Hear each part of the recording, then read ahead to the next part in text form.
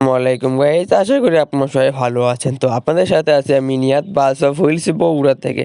তো মার্সা বাসের গতকাল অ্যাক্সিডেন্ট হয়েছে। শুধু অ্যাক্সিডেন্ট না, অনেক ভয়ানকভাবে অ্যাক্সিডেন্ট হয়েছে। আমি একজন বাস লাভার হিসেবে অনেক খারাপ লেগে যখন আমি এই ছবিটা এবং ভিডিওগুলো দেখি। তো আমি প্রথমে ভাবছি ছোটোখাটো অ্যাক্সিডেন্ট, পরে যখন ফুল তথ্য পেলাম তো সেটা দেখে এবং শুনে মনটা অনেক খারাপ হয়ে গেছে। দুটো বাস নাকি মুখোমুখি সংঘর্ষের কারণে এই অ্যাক্সিডেন্টটা হয়েছে ফোর সিজন রেস্টুরেন্টের সামনে। এছাড়া আপনাদের 4 জন নিহত হয়েছে এবং 10 জনের বেশি কিন্তু আহত হয়েছে।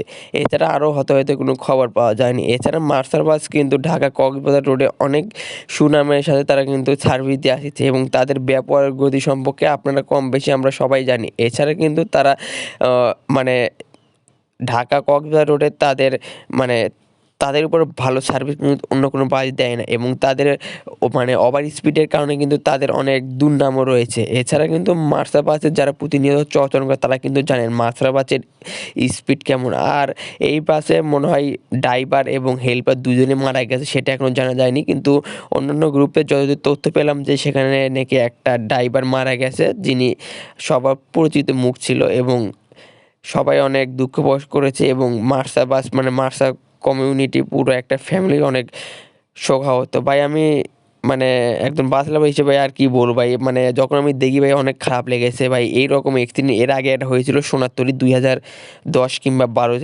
সেম এরকম অ্যাক্সিডেন্ট হয়েছিল ভাই। যখন দেখলাম ভাই অনেক খারাপ লেগেছে ভাই। ভাই কি বলবো ভাই, এখন দুর্ঘটনা তো ভাই বলে কয়ে আসে না। তো আমি আপনাদের সবাইকে বলবো যে সবাই যারা মৃত্যুবরণ করেছে এবং যারা আহত হয়েছে তো তাদের জন্য সবাই মন থেকে নামাজ পড়ে দোয়া করবেন যেন তারা সুস্থ থাকে এবং ড্রাইভার ভাইয়ের জন্য তার পরিবারের জন্য দোয়া করবেন। তখন ভালো সুস্থ থাকবেন। আল্লাহ হাফেজ।